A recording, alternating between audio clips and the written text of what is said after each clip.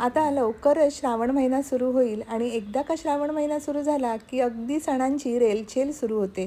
तर श्रावणात येणारा पहिला सण म्हणजे नागपंचमीचा आणि ह्या नागपंचमीला अगदी आवर्जून केले जाणारे म्हणजे हळदीच्या पानातले पातोळे. तर आज आपण हीच रेसिपी पाहणार आहोत. तर त्यासाठी इथे पहा, एका कढईमध्ये 1 कप इतकं मी साधारण पाणी घेतलेलं आहे. आपण जसं मोदकासाठी पीठ भागवून घेतो तशाच प्रकारे इथे आपल्याला पीठ हे तयार करून घ्यायचं आहे. आता पाण्यामध्ये किंचितसं मीठ घालायचं आणि 1 चमचा इतकं साजूक तूप घातलेलं आहे. पाण्याला छान इथे उकळी आल्यानंतर ज्या भांड्याने आपण पाणी घेतलं होतं त्याच भांड्याच्या मापाने आपल्याला तांदळाचं पीठ घ्यायचं आहे. तर इथे 1 कप मी साधारण पाणी घेतलं होतं, तर 1 कप इतकंच मी तांदळाचं पीठ घेतलेलं आहे.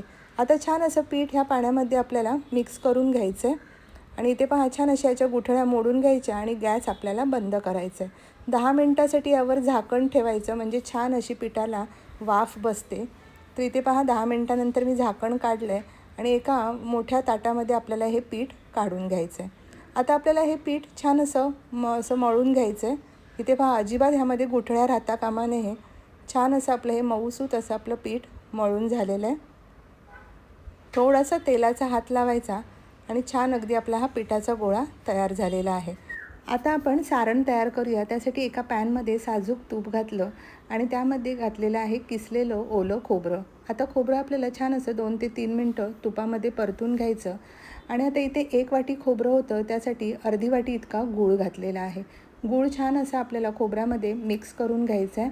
तर इथे पहा, छान असं 2-3 मिनटं परतून घेतल्यानंतर त्यामध्ये घालायची आहे थोडीशी वेलची पूड. इथे आपलं सारणसुद्धा तयार झालं आहे.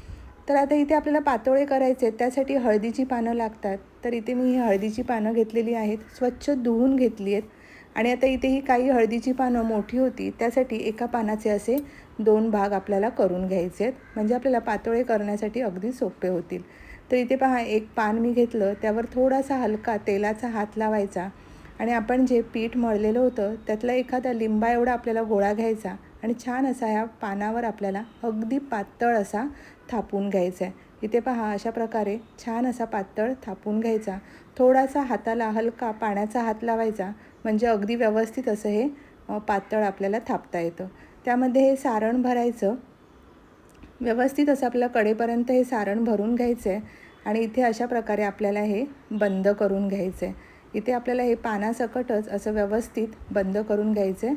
हे पहा, अशा प्रकारे मस्त अशी आपली ही पातोळी तयार झाली आहे. आता इथे दुसरीसुद्धा करून दाखवते. हे पहा, छान असा एक गोळा घेतला आणि त्यावर पानावर आपल्याला असा हा अगदी पातळ असा थापून घ्यायचा आहे. त्यामध्ये सारण भरलं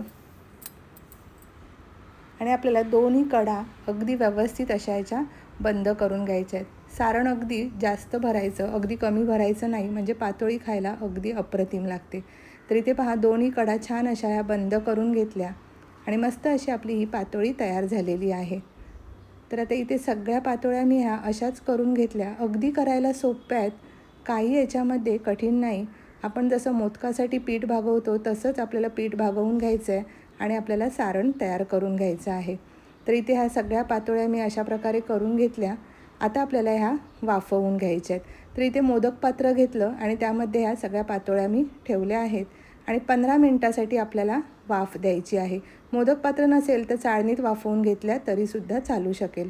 15 मिनटानंतर इथे मी झाकण काढलं आहे आणि तुम्ही पाहू शकता, मस्त अशा आपल्या ह्या पातोळ्या वाफवून झालेल्या आहेत. अगदी घरभर हळदीच्या पानाचा सुगंध पसरला होता. हे पहा, मस्त अशा ह्या ताटामध्ये काढून घेतल्या आणि ह्यावरचं पान असं काढायचं. पहा, किती छान अशा पानांच्या रेषासुद्धा उमटल्या आहेत आणि अगदी मऊ लुसलुशीत अशा आपल्या ह्या पातोळ्या तयार झालेल्या आहेत. ह्यावर छान अशी तुपाची धार सोडायची आणि अगदी मस्त अशा ह्या पातोळ्यांचा आस्वाद घ्यायचा. तर तुम्हीसुद्धा नक्की नागपंचमीला अशा प्रकारे ह्या पातोळ्या करा आणि आपली आजची रेसिपी आवडली असेल तर व्हिडिओला नक्की लाईक, शेअर आणि सबस्क्राईब जरूर करा. पुन्हा भेटूया अशाच छान रेसिपीसह. धन्यवाद.